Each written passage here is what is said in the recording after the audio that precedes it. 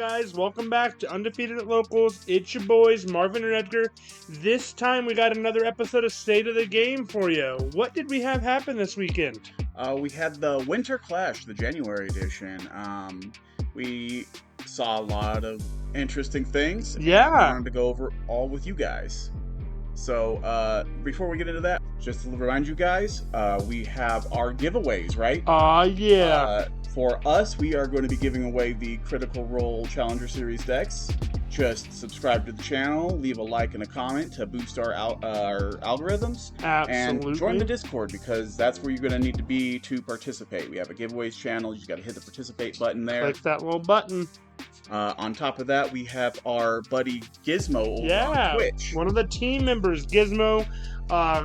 We'll put his link in the description below. He's looking to get to 100 followers, and that man is at 85 followers or something right now. He's going to be giving away the upcoming Challenger decks, the Cowboy Bebop and the Trigun Stampede decks.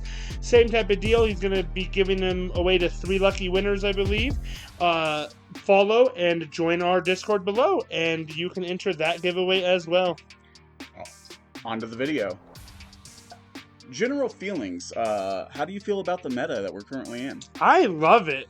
This is, we both played this weekend. It is the most fun I've had in UniVersus in a very long time. Probably since, set 1 MHA levels of fun. Yeah, same deal. It wasn't until, after the break, my opponent didn't show up. I didn't play match, and I hadn't slept the day before, so at that point, lost a lot of But otherwise I had a great time. So that just kind of wanted to set the premise for kind of what you guys are going to see here. Yeah, some real positive stuff happening in the game for sure. Yeah, so let's go ahead and break into these slides. First up, we have the meta breakdown. We saw a lot of new faces, a lot of old faces, but all around, I think a pretty good mix of characters, and no one character, no 2 characters really blew out the rest, right? Yeah, for sure.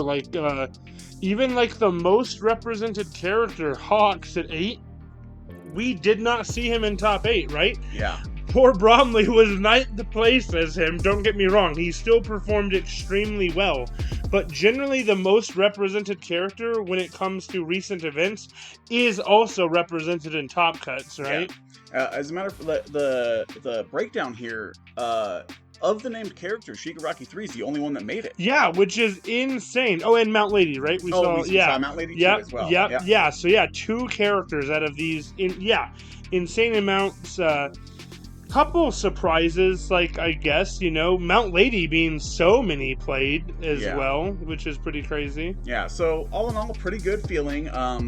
There's no one obvious answer, which I like. Yeah, for sure. The only obvious ones was Hawks and Shigaraki. Everybody saw that coming. Yeah. But, it is what it is. Next up, the top cuts characters. So what we saw here was there was definitely, Marvin had said it earlier, a world where Muscular gets into top cuts is a generally not too bad world. yeah, for sure.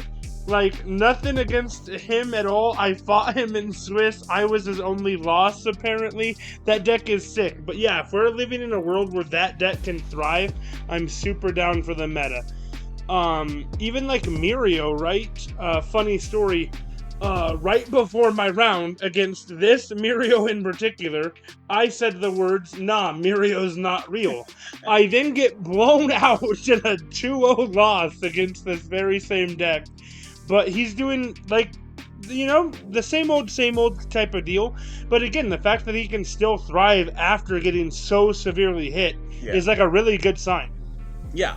Other than that, we have some staple classics. Jiro's, of course, in there. Eraserhead is, of course, in there.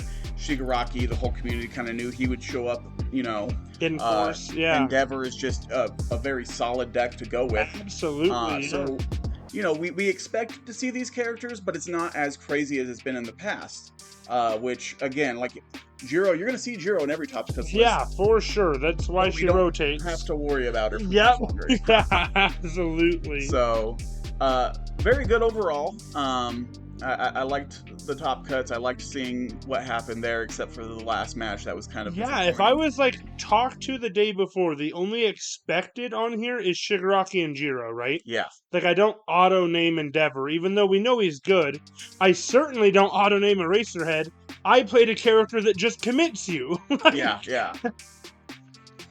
But again, they they can have been thrive. Yeah, powerhouses for and sure, still absolutely. Still, exist. yeah. So that was all good stuff. Moving on. The top played cards in the top cuts decks. Yeah.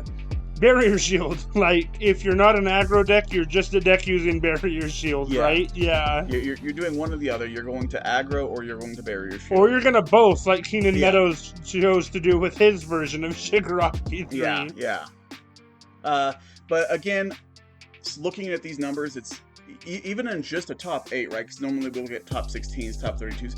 But like even so, the disparity between the most played cards and other cards within was it not as large as we've seen. Yeah, we saw like it can't be fixed in levels of 50. Yeah. We're seeing Barrier Shield in level of 15.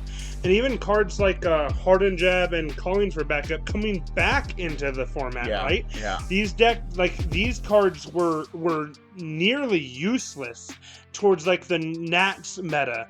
Hardened Jab was just a mid attack, right? Play a better attack. But these tempo plays coming back in the game really is a good sign for the overall meta as well. Yeah. Beyond that, we had the rest of the cards following. Like we said earlier, it's a very either hit hard or force them to stop hitting you. Yeah. I'm hitting you, stop hitting me format, Yep. which is decent. They both exist. Yeah, and there's like a good level of back and forth inside the gameplay with like those decks versus those other decks, right? Yeah. That's all really good stuff. The meta's looking a lot better. I can't wait to see kind of what UU starts bringing to the table. Yeah, for sure. Like a lot of these are like exactly dependent on the last 4 cards we saw, right? Mm-hmm. With Barrier Shield comes Vile Seizing, of course, comes Tongue Whip. These are all like evil deck, good stuff type of things going on. Yeah. But yeah, if the format's looking this great, like you just mentioned, with these Challenger series coming out, a whole new set coming out, I hope we just keep progressing down this same avenue. Yeah, and that's all looking at the next season, right? The next major event we have coming up is, of course, Worlds. Yeah, and I'm really curious, because like we could see the same type of a meta game that we saw here, right? Like Shigaraki will probably still be like a nuisance. But, like, we're also going to see people now know that, right? Yeah. We can say we knew that, but, like, us competitive players, like, I've been talking about Shigaraki 3 for the last 2 months. But maybe now that other people know it, like, oh, I'm going to sideboard 10 throw attacks, right? That I'm just going to end his life in games 2 and 3. Yep. So it's going to be, like, it's going to leave it open to finally change again rather than just stay stale like we've seen the last. Exactly. So I'm looking forward to see those changes. We'll, of course, bring that information to you as soon as it's available. Look forward to that in February. Absolutely. Before then, we still got other content for you, so keep coming back. Oh, yeah. Last thing up, we had our top cuts, right? Yeah, absolutely. Shigaraki absolutely tearing through the rest of them. Jiro just getting kind of taken out. I heard that Mitchell had a series of bad checks on his alpha turn. Yeah. He checked actually nothing but 3s. Sometimes that happens to Jiro. Yep.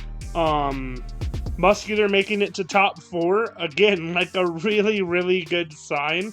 And that was I truly feel he only lost that match because he built 1 on game 3. Yeah, that's in our, like, I don't care who says you can come back from that. Yeah, I've come real close before. I've brought people down to 1, but like the odds are very, very much especially as like a 5-hander. Like you're not even gonna buy back enough cards the next turn. Mm-hmm. So yeah, like a really, really good bracket and extremely well played, well built decks. I had to copy these over from play.uvs games UGN over to UVS Ultra for this video, and I got to like really go in depth look at these.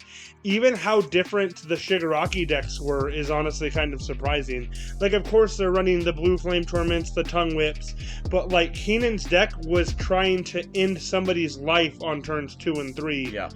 and like survive their alpha turns. Where Will's deck was like, we're gonna live until turn 15. Or when I decide I'm going to end your life, which was like really interesting, and again, just another great sign of a very, very good format. If two of the same characters on the same symbol can look that they clearly play so differently, it's so great. Yeah, it's not similar to the meta of Nats, where it was like everyone was running. Oh, your life overhaul sounds good. So you're 4xing repeated, you're 4xing this, sometimes even down to, oh, you're 2xing the wall cling. That's kind of crazy. Yeah, so all great, guys. Like, if you have any comments, let us know how you felt about it for sure. But our personal opinion, the meta's in a good spot right now, and after kind of seeing the stuff that we're getting with the challenger decks, and hopefully soon starting to see the stuff that's coming in UU, the next season is looking to be probably pretty diverse. Absolutely, absolutely. I'm really excited. And yeah, it was just like super fun, super well run. Everybody seemed to have just a great time. Only thing I really have to say is that if we get more of these events, I hope they make them grander, right? Like, I hope we have a top 16 as opposed to a top 8. I hope they've learned from these events the last couple months. And if you're going to keep doing them, and I hope you do, just make them better. Like, make them bigger. Yeah, that's exactly what we need. Like, no one wants the events to be, you know, empty. We all want these big 250, 350, 400 player events. Yeah. Let them thrive. 100%. And like, we would have seen like more dope characters, right? Like I mentioned earlier, Bromley got 9th place with Hawks. Ben got 16th with Mei Hatsume. I would have loved to have seen Mei Hatsume break back into the format. We haven't seen that since the first regional in Las Vegas. Yeah. Like, that would have been crazy. So, like, yeah, we want to see more characters, more people. But, yeah, that's my only gripe with it. Everything else, super positive. The format feels fantastic. Yeah. I feel exactly the same. The only gripes I have are, like, UVS Games, fix the UGN website. Oh make my it better. God! Please fix your. If I'm required to use your deck builder, you should be required to make it usable. Yeah, that's probably the biggest, you know, bad point that we had. Yeah, 100%. UGN was just awful, like all the way through. Deck building, submitting my rounds, like that was so awful. Yeah. So get that fixed and we'll be good. Yep. Otherwise, any closing thoughts? No, I think that's it. Format's great, guys. It's a really good time to play UVS, honestly. The game is back to being fucked up good. Yeah, feel the same. With that, we will head off and start making our next video. We have another one.